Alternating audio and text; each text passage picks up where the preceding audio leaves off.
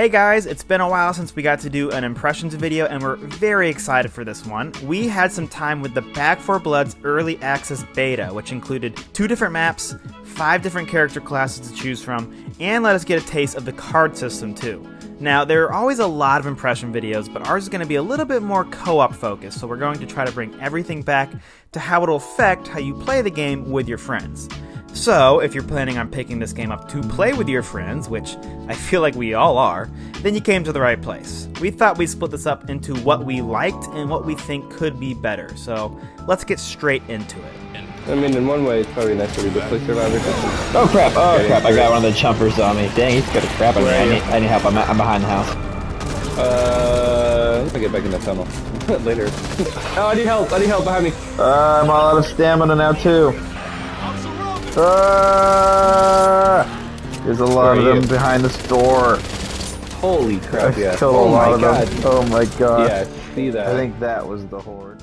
Let's start things off with the good stuff. Right off the bat, it was very easy to group up and get going. Once you're in a party, you'll find yourself in this camp together where you can test weapons, get your decks in order, and hop into the campaign. One thing I noticed right away is how good the graphics and general presentation feel. This is easily a step above some other zombie games we've played, especially when it comes to the character models and the sound design. And of course, you can't have a zombie game without some great AI, and I must say, these zombies are pretty great. They can climb everywhere, they'll slow you down, and there's enough variance to keep you on your toes. Now, that's just the basic stuff though, let's talk about how freaking good the gunplay is. Each gun has great feedback and makes it super satisfying to pop some zombie heads, or hit that spot on the big tummy zombie, you know what I'm talking about. Now, of course, we only got to play through the first bit of this game, but I really like the way the campaign is laid out. It felt like an old-school 2D Mario game in that it takes you from one chapter to the next without really any interruptions. It's definitely going to make for a nice 2-hour marathon sesh with your friends at night, and that's awesome. Each chapter starts and ends in a safe room where you're going to be buying potentially new weapons, maybe new grenades, healing items, or perks. Now what we liked is that some of the perks could give your whole team an extra grenade or an extra buff, and we like how you could potentially stack these with what your teammates are doing as well, making you more powerful as the run goes on as a team. Once the action gets going, there's a couple ways that you end up interacting with your teammates. You might use the ping system for tagging different items laying around like guns, ammo, or for enemies coming at you. Trust me, when a giant tall boy is coming at you, you're gonna have to say it, you're gonna have to tell your teammates what's going on or it's gonna get ugly. You can also heal each other, which is of course expected but good to have. And then guarding your teammates during like an objective like planting bombs is gonna be super important. And we also found that you can help your friends if they, for instance, get stuck on a ledge, which actually did not go well for us at all. I got you. This is crazy. Oh, what? Oh, my word, what happened? Oh, yikes. Somebody help me. Oh, jeez. So far, we really enjoyed the enemy variety. You got your run-of-the-mill zombies, your big boy exploders, your big jumpy zombies, the tall boys, which gave us the most trouble, and we even got to go to a huge boss zombie that could pick you up and throw you across the map. It was insane. Holy crap, yo. Oh my god, I got lost. Yeah, that got me good. Yep. Like Gabe said, each zombie has a weak point, so having friends to help you hit those or kite zombies is very helpful. If you were just alone, you wouldn't be able to get to those weak points as easily as when you have other people working with you. There's also 4 slots to further make each weapon your own. I mostly stuck to an AR, which was totally kitted out by the end of the campaign, and it was awesome. But we also had a ton of fun going up close and personal.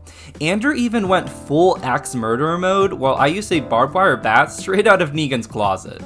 Aside from looks and melee weapons, each character has their own unique passive abilities, and one even applies to the whole group.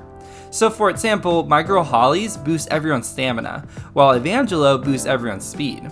This is pretty cool, and we could totally see how choosing specific characters could lead to some great synergies within a group. So for the most part, we really enjoyed our time with the early access beta, and we think this is in a great place. But considering it's still a couple months away, here's some things we think could be improved. The card system as a whole is really cool, but during the beta, it didn't feel as impactful.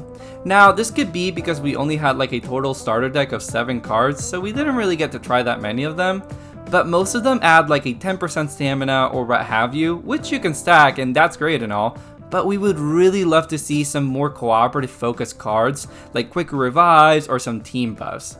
Like I said, this has the potential to be really great, but as it stands, I didn't give it too much thought between matches. Now, one of the disadvantages to these shorter levels is that not every level was equally fun. For instance, a couple of the first missions really didn't have any interesting objectives. We just had to get to point A to point B while mowing down as many zombies as possible. And of course, that's fun. That's what we're all here for, blasting zombies to bits. But we liked it when there was more tense objectives that forced your teammates to work together.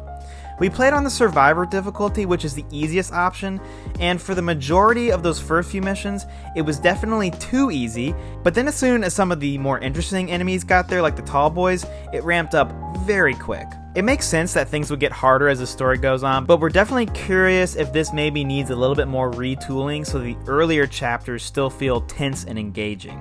And there you have it. Those were our impressions for Back4Blood. We're super excited to get this game in early October, and we're definitely going to be reviewing it as soon as it comes out. Now, if you're new here, our channel is completely co-op focused, so we do co-op reviews, co-op essays, and co-op impressions. So if you enjoyed what you saw, if you're into co-op, then feel free to subscribe. It would mean a lot. We'll catch you guys next time on another episode of The Co-op Bros.